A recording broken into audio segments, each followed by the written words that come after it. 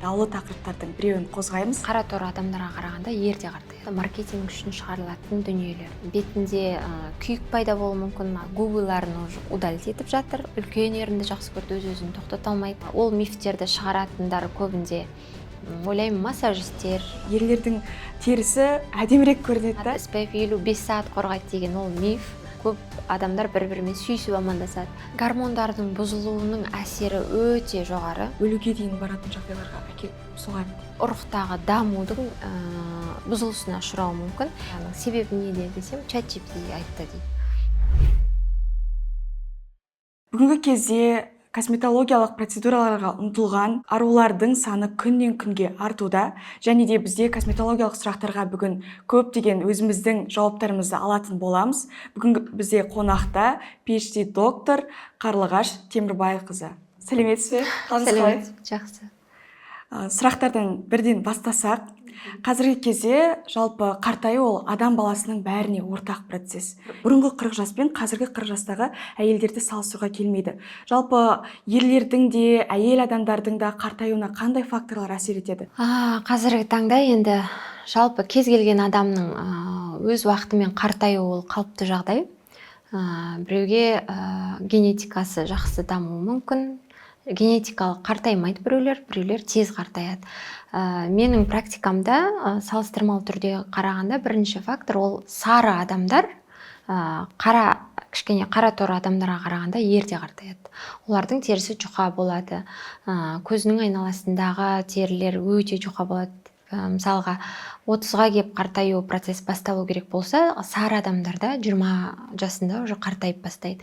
Ал кішкене қара торы кісілерде кейінірек басталады, 30-дан кейін. Екінші фактор ол жаңағы өмір сүру салты, режим сна отдыха деп айтамыз ғой. Қазіргі таңда енді көп әйелдер өз-өздеріне қарайды, өз-өздерін жақсы көріп бастаған, бұрынғы біздің аналарымызға салыстырғанда. Және де қазір SPF-ті қолдануды қолға алып жатыр. Косметологиялық процедуралар, бетке витамин салу, іштегі витаминдердің дефициттарын толтыру, оның барлығы әсер етеді. Бұрынғы адамдар мен қазіргі адамдардың қартаюы бірдей болмауына мен келісемін. Себебі заманға сай қазір адамдар білімге жақын болып келе жатыр. Апаларымыз көбінесе боянбады ғой, ешқандай косметикалық процедуралар немесе косметика деген мүлдем болмаған олардың заманда. Ал қазіргі кезде арзан немесе қымбат, люкс, тағы басқа секілді бөлініп жатыр ғой. Солардың қартаю процесіне тигізетін әсері бар ма? Әсері бар. Косметикалар жалпы үшке бөлінеді. Масс-маркет, люксовая косметика және дерматологиялық косметика. Масс-маркет дегеніміз ол жаңағы хозяюшкада да, аптекада да, магнумда да сатыла беретін гарнир, өзіміздің білетін Nivea деген секілді. Енді ешкімді бөліп жарғым келмейді, но масс-маркет түсініп отқан шығарсыздар. Ол ыстық жерде де, салқын жерде де, складта да, базарда да сатыла беретін дүниелер. Ол жерде құрамы өте нашар. Қолданбауға кеңес беремін. Ол просто маркетинг үшін шығарылатын дүниелер. Атайтып тұрғандай, масс-маркет, массовый шығарылады маркетинг үшін. Люкс дегеніміз ол бренд. Сіз оның ішіндегі активті заттарына дерматологиялық әсер көрсетеді деп ойлап төлемейсіз, сіз бренд үшін төлейсіз. Например, Chanel, Estee Lauder, ол сіздің теріңізді құртпайды да, сіздің теріңізді емдемейді де. Ал дерматологиялық косметикалар, ол дерматологиялық космецевтика деп те атаймыз. Оны фармацевттер мен дерматологтар бірігіп, ғылыми түрде дәлелдеп шығарады. Оның составы емдік қасиеті болады. Әр құрамындағы активті заттар емдік қасиет береді. Ол ашылық сатылымда жоқ, Каспида сатылмайды, магазиндерде сатылмайды. Ол тек қана дәрігердің нұсқауымен әр пациентке бетінің типін анықтап барып, бетінің проблемасына сай жазып береміз. Сол косметиканы дұрыс таңдау арқылы біздің теріміздегі проблема тез шешіледі. Демек, сол масс-маркеттағы косметикаларды қолдану негізі адам терісінің қартаюына әсерін тигізеді, бетінің бөлінуіне. Адам терісінің құртылуына дейікші, қартаймауы мүмкін, но құртылуы мүмкін. Құртылу себептерінен ол енді жаңағы көп шығын шығады, пациент стресске түсіп кетеді, бетінде күйік пайда болуы мүмкін, ожог пайда болуы мүмкін. Қазір өте ауқымды тері ауруы бар, акнеден бөлек розация деген, яғни сезімталдылық. Күнге шықса беті қатты қызарып кетеді, ашуланса қатты қызарып кетеді, аш тамақ жесе қатты қызарып кетеді. Оның барлығы сол масс-маркет косметикасының қолдануының бір себебі. Нәтижесі. Жалпы осы косметологияға жүгінетін адамдардың 70% өз терісін дұрыс күтпеудің нәтижесінде барады деп жатады. Ал сізге қазіргі жылда осы қандай процедураларға клиенттер көбірек жүгінеді? Алдыңғы жылға салыстырғанда осындай бір статистика бар ма? Мысалы, осы жылы осы процедура тренд болатын. Осы жылы қыздар көбінесе осы процедураға көбірек келіп жатыр деп. Алдыңғы жылдармен салыстырғанда бізде трендте увеличение губ, блефаропластика, нитевая деген тренд болған. Қазір енді көп қыз-келіншектер трендтен өтіп, уже губыларын удалить етіп жатыр. Барлығының көзі бірдей емес, барлығының ерні бірдей емес. Алланың жаратқан өз сұлулығын қалпына келтіріп, качество кожи деп айтады ғой, бет терінің сапасын жақсартуда қазір. Яғни пигментациямен күресіп, ылғалдап, уақытымен әжімдерді алдын алып, әркімнің өзінің индивидуалды сұлулығы болады, жаратқаннан берілген, сол сұлулықты максималды түрде ұстап қалу үшін қазір сол качество кожаға қатты жұмыс жасап жатыр. Уже пациенттер де соған келіп жатыр. Ал жалпы осы терісін құртып алатын қыз-келіншектер бар ғой, соңында бір күші қалмаған кезде, терісі әлсіз болған кезде сізге жүгінетін. Сондай кезде бір теріні құтқара алмаймыз, немесе бір 2-3 жылдаған ем керек дейтін кездер болады ма? Ол қандай кездерде болады, қандай себептерде болады?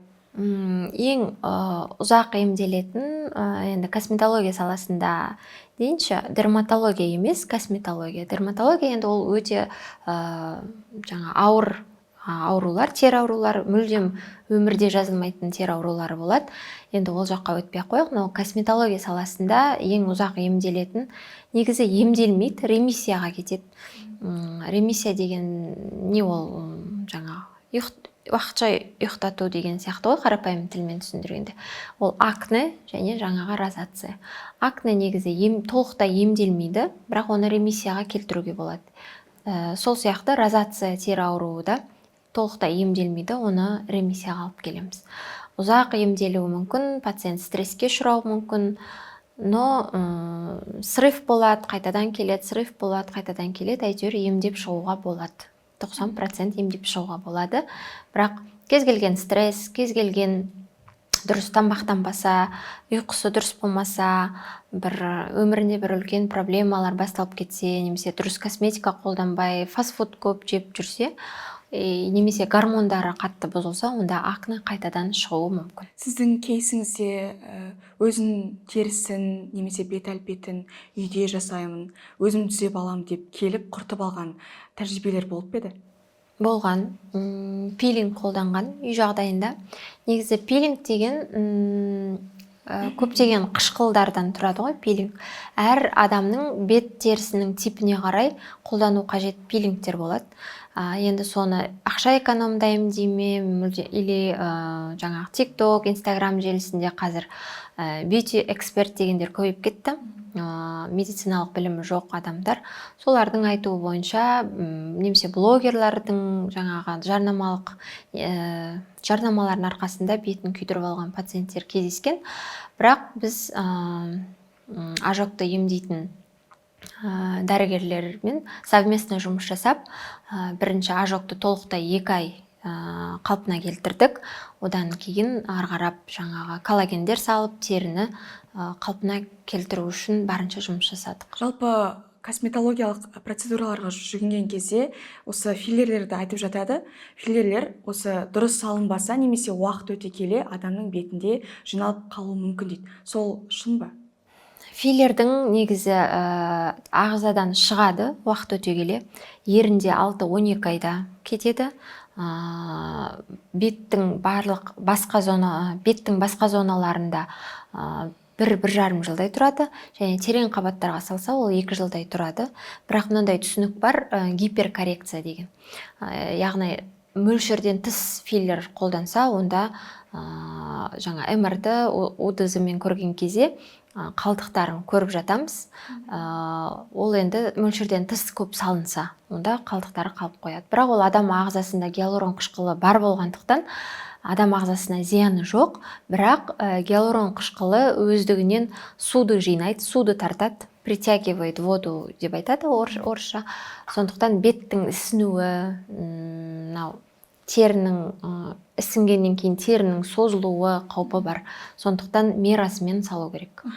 Және айтып жатсыз ғой, филлерлердің өлшемі бар деп. Ол әр адамда әртүрлі ме, жоқ әлде мысалы белгілі бір миллиграмм бар ғой, содан асқан максималды түрде шарықтаған шегінде болады ма? Мысалға айтатын болсам, ерінге 6-12 айда 1 миллилитр салған дұрыс.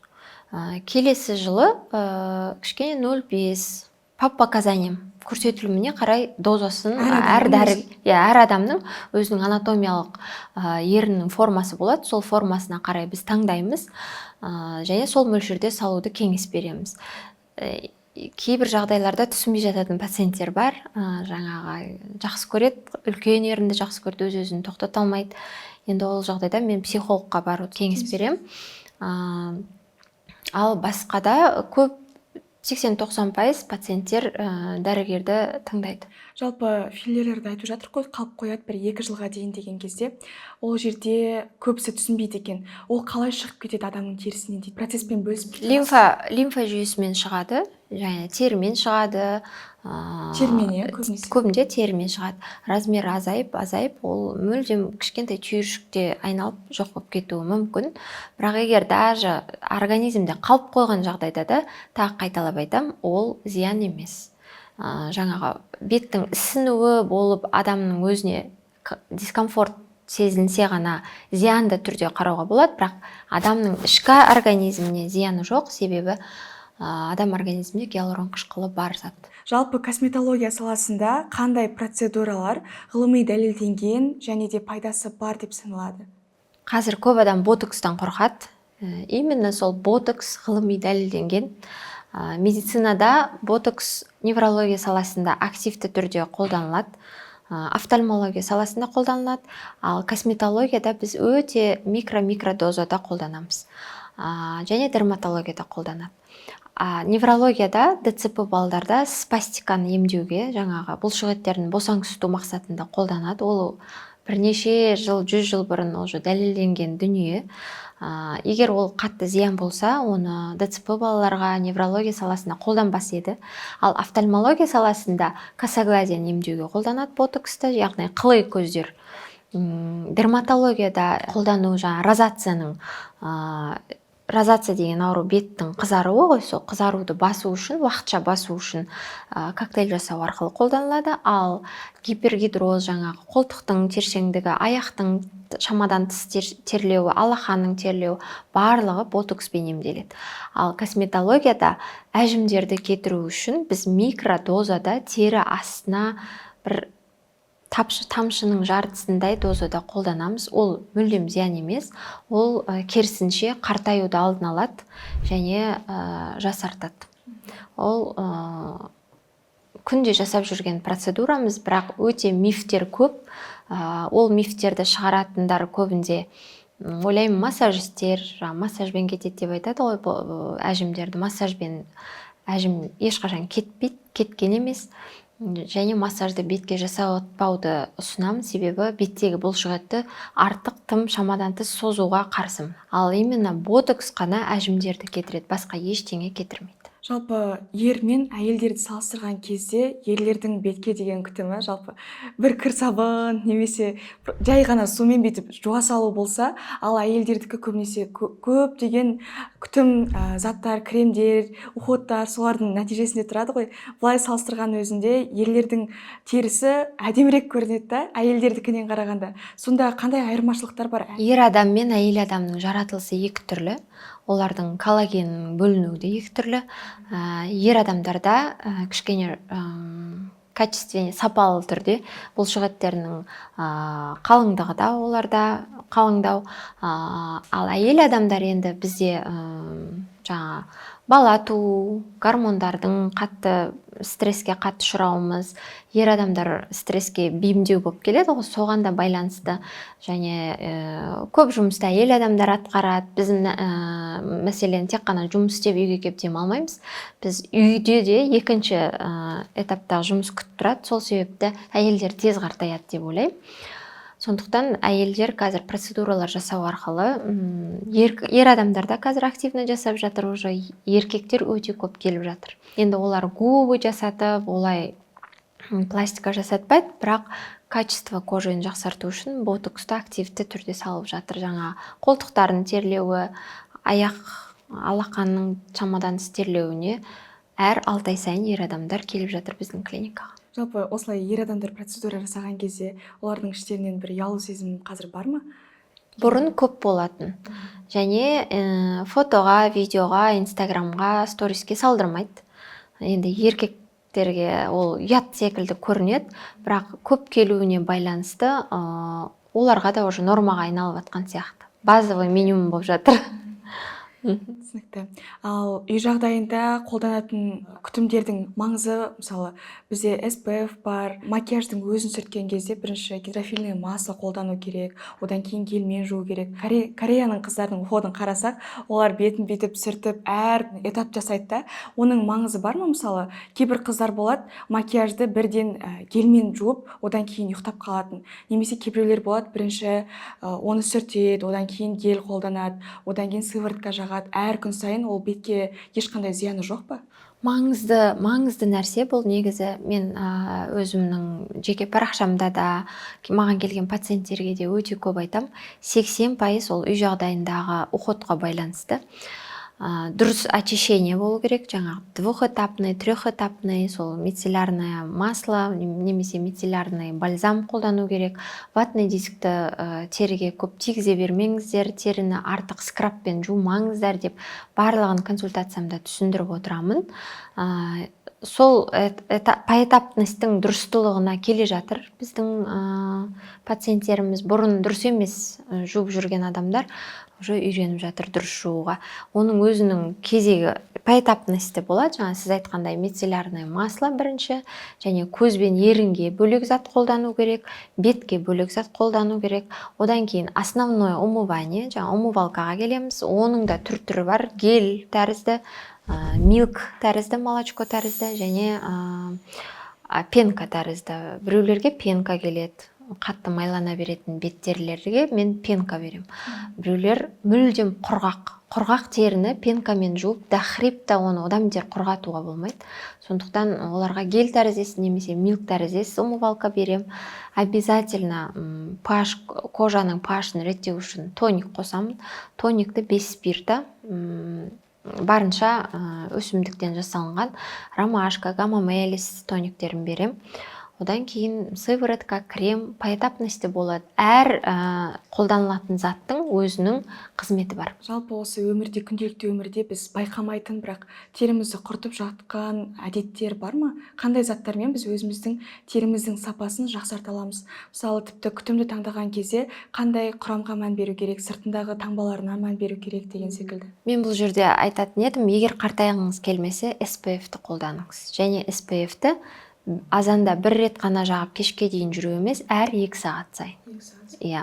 Бізде күн сәулесінен түсетін лучтар бар, UVA, UVB, IR, Blue Light деген секілді. UVA ол старение дейді ғой, aging, жаңағы қартаюға қарсы лучтар. UVB ол күннің сәулесінен ожог алу. IR ол красное излучение, яғни мынандай секілді. Blue Light ол біздің телефоннан да өтетін лучтар болады. Сол телефон көп қарау арқылы да бізде қартаю процесі жүреді теріде. Сондықтан SPF өте маңызды. SPF-ті әр 2 сағат сайын қолдану керек. Және бір айта кететін жайт, SPF 15 1,5 сағат қорғайды, SPF 30 3 сағат, SPF 50 5 сағат қорғайды деген ол миф. Оның барлығы 2 сағат қорғайды, бірақ SPF 15 93%-ға қорғайды, SPF 30 97%-ға қорғайды, SPF 50 ол 98%-ға қорғайды. Солай. Ол уақыттың ұзақтығы емес, процентациясы. Айтып жатқан миф деп жатсыз ғой, сол бізге өте жақсы ақпарат болды деп ойлаймын қыздар үшін. Және де тағы екінші сұрақ бар, ол SPF-ті жылдың 4 мезгілінде де қолдану керек пе, әлде қыста қолданудың қажеті жоқ па? Көбісі кейбіреулер айтады, мүлдем қолданудың керегі жоқ, кейбіреулер айтады, 4 мезгілде де қолдану керек, өйткені терінің сапасы нашарлайды дейді. Ал сіз қалай ойлайсыз? 4 мезгілде де қолдану керек. Даже облакадан да өтеді, бұлттардан да өтеді, терезеден де өтеді. Телефонның лучында айтып отырмын, барлығынан өтеді ол лучтар, сондықтан 4 мезгілде де қолданған дұрыс. SPF деген жалпы тек қана күн сәулесінен қорғау емес, ол біздің былайша айтқанда бет теріміздің киімі ғой. Неге біздің теріміз әдемі да құртылады тек қана бет терісі. Біздің бет терісіміз ең страдать ететін кожа болғандықтан SPF ол бет терісі деп, жаңа беттің киімі деп айттым ғой. Сол секілді денемізді біз киіммен жауып жүрсек, бетімізді біз SPF-пен жабу керекпіз. Ол тек қана күннің сәулесінен ғана емес, суықтан, мынандай жаңбырлы, мысалы жаңбыр бүгін жаңбырлы күннен, желден, шаң тозаңнан, біз қазір көп адамдар бір-бірімен сүйісіп амандасады. Біреудің терісінде жұқпалы ауруы болуы мүмкін, содан біраз заттан қорғайды. Айтып жатырмыз ғой, осы SPF-ті 2 сағат сайын қолданып отыру керек деген секілді. Көп қыздар таңертең макияжды жасамас бұрын увлажнительный крем бар ғой, соның үстінен жағады, одан кейін күндікке сол SPF менің теримді қорғайды деп ойлайды. Егер 2 сағат сайын SPF-ті жағатын болса, ол крем текстурасында немесе қазір кезде шығып жатыр ғой, спрей түрінде. Сол жағында спрей түріндегісі жақсы ма, жоқ әлде крем текстура, бірақ оны макияждың үстіне жаққан кезде теріге ешқандай әсері жоқ па, немесе бетке андай раздражение бермей ма деген секілді сұрақ. SPF-ті жаңа спрей түрінде немесе жағу түрінде деп айттыңыз ғой. Мен спрей түрінде кеңес бермеймін, себебі ол көзге тиіп кетуі мүмкін. Біріншіден, көзге тисе кез келген SPF ол ашытады. Ал екінші бір себебі ол равномерно жағылмайды, біркелкі жағылмайды теріге шашқан кезде. Ал жағу арқылы ол равномерно жағылады және көзге тимейді. Сондықтан даже қыздар азанда ылғалдайтын крем, SPF жағып одан кейін боянып, арада 2-3 сағат өткеннен кейін тағы SPF жаған ба бояудың сыртынан деп сұрақ қойып жатыр. Иә, болады. Ондай SPF-тер қазір түр-түрі шықты. Даже крем емес, стик SPF-тер шықты. Өте удобный. Сондайды қолдануға кеңес беремін. Гормондардың өзгерісі дейміз ғой, солар қаншалықты әйел адамның бет терісіне әсер етеді? Қартаюына, бұзылуына? Гормондардың бұзылуының әсері өте жоғары, өте маңызды. Бұл нәрсе өте жақсы сұрақ. Мысалға келтіретін болсам, адам организмде андрогендер бұзылса, май бездерінің бұзылуы жоғарылайды да, соның салдарынан акне пайда болады. Например, қалқанша безі бұзылса, онда щитовидка деп айтамыз ғой, сол қалқанша безі гормоны бұзылса, онда пациентте құрғақтық пайда болады, немесе ашуланшақ болып келеді, немесе наоборот андай серпімділік жоғалады. Ал егер кортизол жоғарыласа, ол кезде уже адамда ісіну пайда болады, терінің құрғақтылығы. Тағы бір мысал келтіретін, мысалы етеккір алдында акненің көп болуы соның салдарынан, яғни етеккір кезде бізде гормондар жоғарылайды. Ал енді менопауза деп атаймыз ғой, әйел адамдарда менопауза басталады. Сол кезде құрғақтық және кожада дряблость пайда болады, яғни жасынан ерте қартаю процесі басталады. Гормондар тікелей әсер етеді біздің қартаюымызға. Бет зонасына әр жерде, мысалы кейбір жерде айтып жатыр ғой, акне, прыщ, тағы да басқа секілді түрлі жағдайлар бар. Олар кейбір кезде терінің әсері емес, ішкі ағзаның дұрыс жұмыс жасамауынан деп жатады. Сол қаншалықты рас? Акненің безеудің шығуының салдары ол асқазан ішек жолдардағы ауру емес, бірақ дұрыс тамақтану тікелей әсер етеді. Кейбір пациенттер бетіме прыщ шықты деп гастроэнтерологқа жүгініп жатады, ол дұрыс емес. Гастроэнтерологтар ол дәрігерлер беттің безеуін кетіре алмайды. Егер акне шықса, ең алдымен жүгінетін дәрігеріңіз дерматолог болу керек. Әйел қыз балаларға дерматолог, гинеколог және эндокринолог болу керек, ал ер адамдарға дерматолог пен эндокринолог керек. Яғни гормондарды реттеу керек, қыз балалардың гинекологиялық тұрғыдан тоже емдеу керек, және дерматолог оған антибиотик, бензоил пероксид, адапален, жаңағы акнокутан деп айтып жатырмыз, сондай дәрілер жазу арқылы беттегі безеуді емдеп береді. Ал эндокринолог ол гормондарын реттейді. Сонда екі дәрігердің бірігіп жұмыс жасауының арқасында безеу емделеді. Ол асқазан ішек жолына дұрыс тамақтану арқылы әсер етуі мүмкін, бірақ асқазан ішек жолдарында белгілі бір аурулар болса, оның себебінен акне шықпайды. Акне безеу кезінде бірінші қандай маманға барған дұрыс? Дерматологқа барып қаралған дұрыс па, әлде косметологтың көмегіне жүгінген бе? Бірінші дерматолог. Косметолог ол одан кейінгі акнені емдеп болғаннан кейінгі этапты емдейтін маман. Например, мысалға, постакне, акненің іздері, шрамдар, неровность, жаңағы тым ашылып кеткен поралар, чистка, сондай жасау арқылы кожаның, терінің качествосын жақсартады. Ал основное заболеваниені емдеу, негізгі акнені емдеу ол дерматологтың қолында. Чистка лица деп жатыр қой. Маған бір ретінде бір маман айтқан. Сіз осы жолы чистка лица жасаттыңыз, келесі рет 2 айдан кейін келіңіз деп. Өйткені сіздің теріңіз құртылып кеткен деп. Одан кейін мен бір 3-4 айдан кейін басқа косметологқа барып жүгінген болатын. Ол кісінің айтуы бойынша чистка лица жасаттыңыз, енді 6 айдан кейін ғана жасатуға болады деп айтты. Қаншалықты екеуінің қайсысы дұрыс? Енді ол показанияға қарай. Біреулерде пациент аз болып, обязательно пациенттің 2 айдан кейін оралуын қалауы мүмкін. Ал біреулер показанияға қарай жұмыс жасауы, кішкене бизнеске айналдыруы мүмкін. Бірақ пациенттің бет терісіне қарап, если показания болса, көрсетілім болса, яғни пораларында черные точки, комедоны, жировики дейміз ғой, енді тері астында жирлар тұрса, онда ол чисткамен алыну керек болса, онда чистка ұсынамыз. Бірақ сізге 6 айдан кейін кел, болмаса 2 айдан кейін тағы да жасау керек деген ол нақтыланған протоколда жоқ. Ол показанияға әр адамға әртүрлі. Менде пациенттер бар, 2 айда бетінде черный точка қайттан толып қалады. Оларға айтам, қайттан толса, онда 2 айдан кейін қайталауға болады. Ал бір пациенттерім бар, өте құрғақ, чистка даже жасаудың да қажет жоқ, ол кезде мен отказ берем. Қандай процедуралар ең қауіпті болып саналады? Адам өміріне, мысалы, бетінен бөлек тыныс алу жолдарының бітелуі, немесе өлуге дейін баратын жағдайларға әкеліп соғады дейді. Қандай процедуралар? Ең қауіпті процедура ол мұрынға филлер салу. Бізде мұрында қауіпті зона деп есептелінеді. Мұрынға филлер салу арқылы бізде некроз пайда болуы мүмкін, немесе қан тамыры эмболиясы пайда болуы мүмкін. Яғни қан тамырға филлер кіріп кетсе, онда ол жерде осложнение кетеді. Некроз деген ол тіннің өлуі, яғни жасушаның өлуі. Сондай мұрынға филлер салмаңыздар дегім келеді.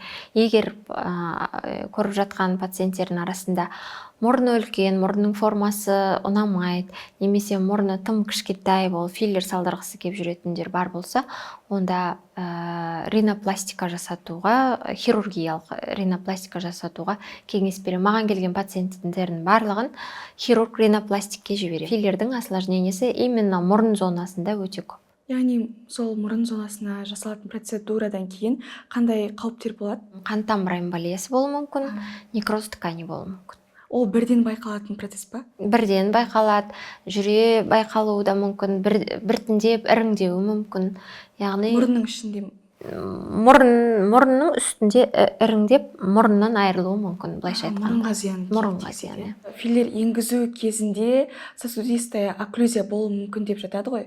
Осы қан тамырының бітелуі немесе өте қауіпті жағдайлардың болуы деген секілді. Ондай тәуекелдердің алдын қалай алуға болады? Енді сосудистая окклюзия пайда болатындай дәрігердің практикасында көп кездесе бермейді. Енді дәрігердің тәжірибесіне қарай, біліміне қарай, беттің анатомиясының білуіне қарай,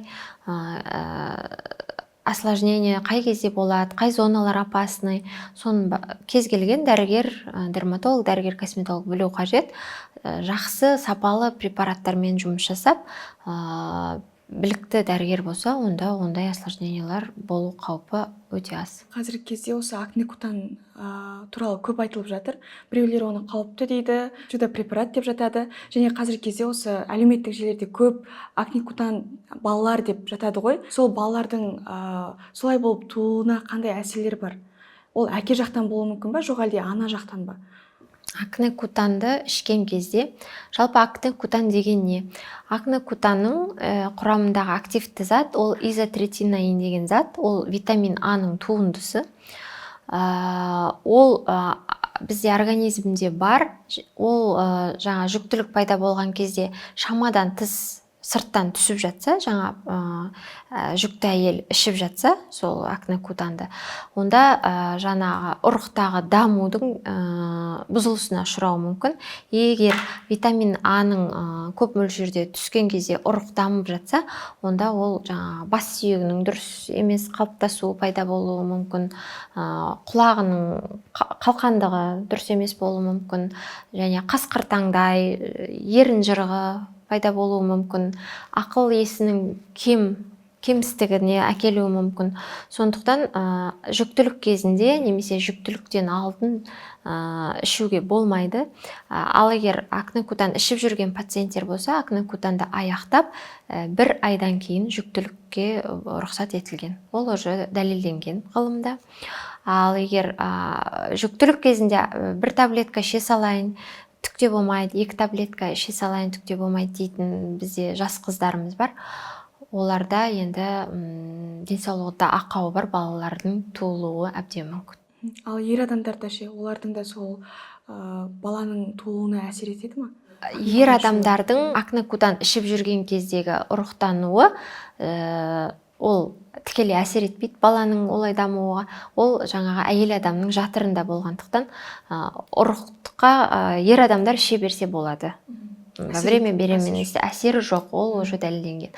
Ал әйел адамдарға тікелей әсер еткендіктен бір ай акне кутаннан кейін, 1 айдан кейін көтеру керек, бала көтеру керек, немесе акне кутанды мүлдем ішпеу керек. Пациенттердің типі бар ғой. Сол кезде қай пациентті жаңа айтып жатсыз ғой, мұрын кезінде мен ринопластикаға жіберем деген секілді.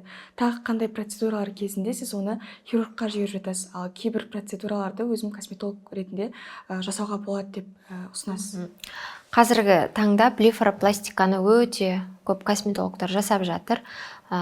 Медсестралар, косметологтар, воп дәрігерлер, косметологтар жасап жатыр. Сондықтан мен айтқым келеді, блефаропластиканы тек қана хирург жасау керек.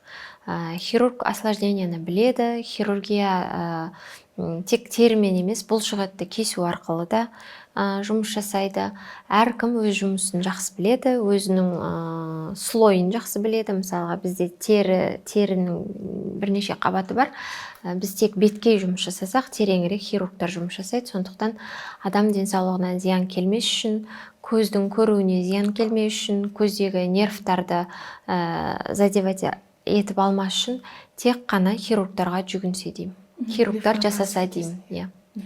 Қазіргі кезде жылдан жылға тезірек технологияның дамуына байланысты салаларда да көптеген өзгерістер болып жатады ғой. Осы алдағы келетін 5 жылда осы косметология саласында трендте қандай өзгерістер болуы мүмкін? Бұрынғы кезде мысалы тек дерматологтардың өздері бетті бүйтіп қарап айтып беретін болса, қазір керісінше технологиялар шыққан, адамды түсіріп, оның тері қабатын анықтайтын деген секілді. Және сол секілді осы косметология саласында 5 жылда қандай өзгерістер енуі мүмкін? Трендтер, бетке жаңадан процедуралар деген секілді, препараттар өзгеруі. Қазір аппаратный косметология өте қатты қарқынды дамып жатыр.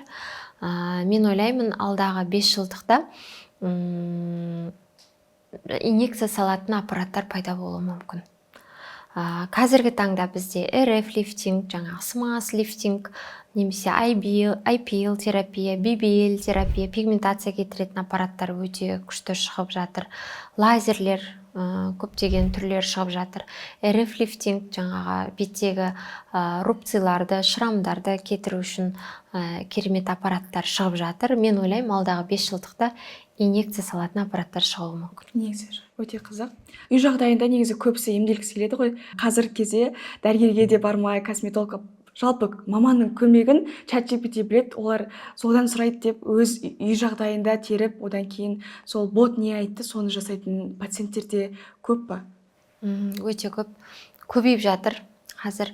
Маған жазады, сәлеметсіз бе, осындай процедура бар ма сізде, қанша тұрады, және қашан жазылсам болады дейді. Және хорошо, четко біліп тұрғаннан кейін процедурасын мен солай записке жазамыз. Келген кезде ол процедура ол адамға мүлдем керегі жоқ. Мен айтамын, не себепті сіз бұл процедураны таңдадыңыз, себебі неде десем, ChatGPT айтты дейді. Искусственный интеллект бәрібір ол адамның миындағы білімді, адамның ойын толықтай алмастыра алмайды. Сондықтан жүгінбеуді ұсынамын. Жүгінбеңіздер, ол бәрібір дәрігер секілді сіздің бүкіл бетіңіздің анатомиясын білмейді, тері қабатын білмейді, процедураның керек еместігін білмейді. Сондықтан әр істің өз маманына жүгінген дұрыс. Бүгінгі күні біз сізден өте көптеген SPF жайлы мифтармен таныс болдық, акне-кутан жайлы білдік. Сізге келгеніңіз үшін көптен көп рахмет. Бүгін бізде қонақта болған косметолог Қарлығаш Темірбайқызы.